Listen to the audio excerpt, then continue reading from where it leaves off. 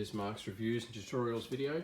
Today I'm going to talk about some essential regular maintenance to put into your garage door.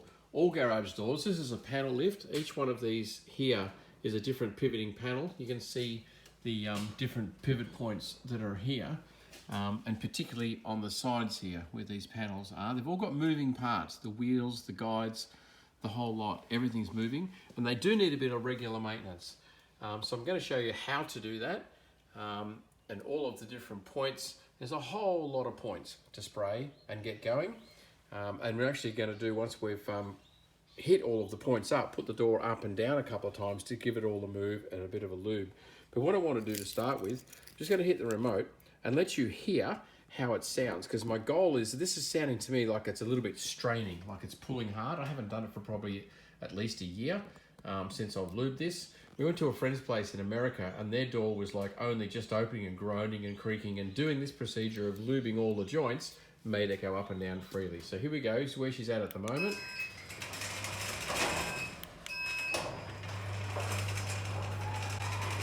Pulling up on the track there, and that's the motor. So not bad by any stretch, but not great either. So I'll put it back down again and I'll grab the spray and we'll give it a little use in this situation.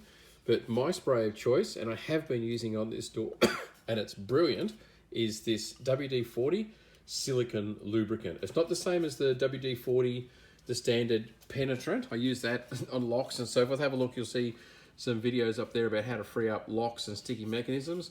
This guy is something else, and what I see here on pulleys and ropes, something where it's going to hang around for a little bit, and I think it's brilliant. I'll put a link in the description for where you can buy this, but good stuff. So every moving part, every pivot point, see this has got a straw on it, so you can get right in there without spraying it everywhere. Every moving part, every pivot point, give it a spray here, here, here, every single part. We're going to give that a bit of a hit, and you can see it oozing in under the wheels of the bearing, over the top of the bearing. Go up to the next one. Every single part, give it a hit up with this. Now, you can use oil, you can use grease, there's so many different things that you can use, but my recommendation is this stuff. As I said, I'll put a link in the description, and I'll post anywhere in the world, so you can always get it. So it's going to take me a while, but I'll just work my way around. Now, things that are fixed, you don't lubricate. That, where it's bolting the bracket on, doesn't need to be lubricated. It's just the bits that are moving.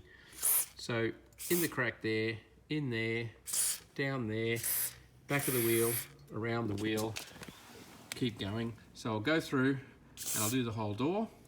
And then, most importantly at the end, we'll run the door up and see if we can hear any different. Okay, moment of truth, all done. I'll come back here to stand in the same spot so you can hear it.